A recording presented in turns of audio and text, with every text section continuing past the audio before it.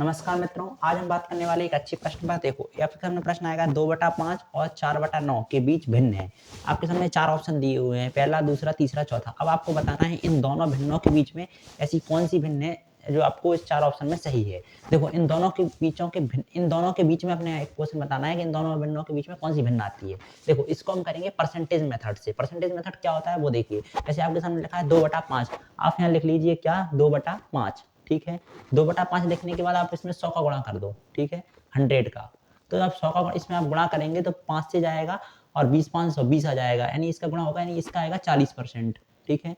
इसकी वैल्यू कितनी आई 40%, ठीक है, 40% इसका मान आएगा किसका, इस वाले का। अब आता है 4/9, तो इसको लिखो 4/9, ठीक है। 4/9 लिखने के बाद इसमें भी आप 100 से गुणा कर दो। 4/9 में 4/9 में 100 से गुणा करोगे तो 9 से लगभग कितनी बार जाएगा, 11 बार जाएगा। 11 चौका 44, इसका आ जाएगा एवरेज में 44%, ठीक है। तो इसका मान आया कितना 40%, इसका आया 44%। तो आपको इन भिन्नों में से इनका भी आपको प्रतिशत में ही मान निकालना है। इसमें आपको 100 का गुणा कर देना है पहले ऑप्शन में। जैसे अपने कहा 3/7 है, 3/7 में भी आपको क्या कर देना है, 100 का गुणा कर देना है। तो कितना आएगा 7 एकम 7, 7 एकम 7 और 7 चौका 28, 14 14 42, 42% आएगा। तो यही आपका सही उत्तर हो जाएगा, क्योंकि देखो अपने क्या चाहिए था 40% और 44% के बीच में मान चाहिए था। 40% और 44% के बीच में क्या आता है, 42% आता है, यानी आपका एकदम सही उत्तर है। 3/7 इन दोनों भिन्नों के बीच में होगा, पहला ही ऑप्शन आपका सही है। चलिए अब हम अगले प्रश्न की तरफ बढ़ते हैं। मित्रों एक प्रश्न इस तरीके से आता है, जैसे आपके सामने आता है 0.64, ठीक है। 0.64 आएगा, इस पर बार लगा होगा और प्लस में आएगा 0. कितना 36, ठीक है।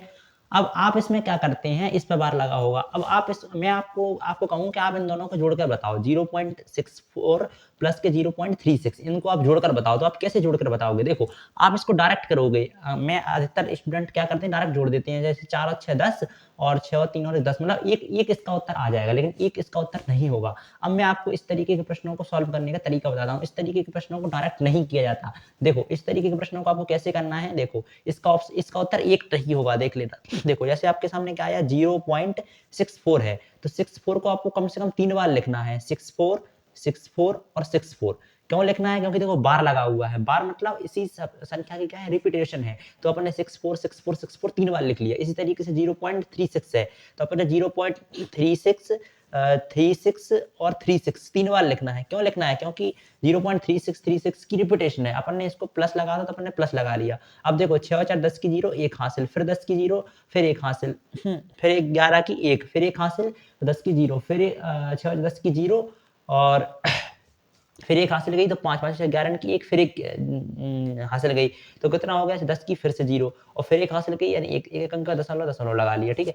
अब देखो यहाँ पर क्या हुआ, यहाँ पर देखो 0 1 0 1 0 1 की रिपीटेशन हो रही है ना बार बार, इसलिए इसका उत्तर 1.01 पर बार हम लगा देंगे, क्योंकि बार बार क्या हो रहा है 0 1 0 1 0 1 आता जा रहा है। इस तरीके से आपको देखना है, इनको 3 बार लिख कर देखो, फिर आप देखो किस संख्या की रिपीटेशन हो रही है, वही जिस संख्या की रिपीटेशन हो रही हो उस पर आपको बार लगा देना। डायरेक्ट इसका उत्तर 1 नहीं होगा, इसका उत्तर जी होगा। बच्चे इसमें कंफ्यूजन होते हैं। तो इस तरीके से आपको इसको खोल करके लिखना है, मतलब बार लगा हुआ है तो 3 बार लिखो कम से कम। जैसे 36 3 6 तो 3 6 को 3 बार लिखो। धन्यवाद मित्रों।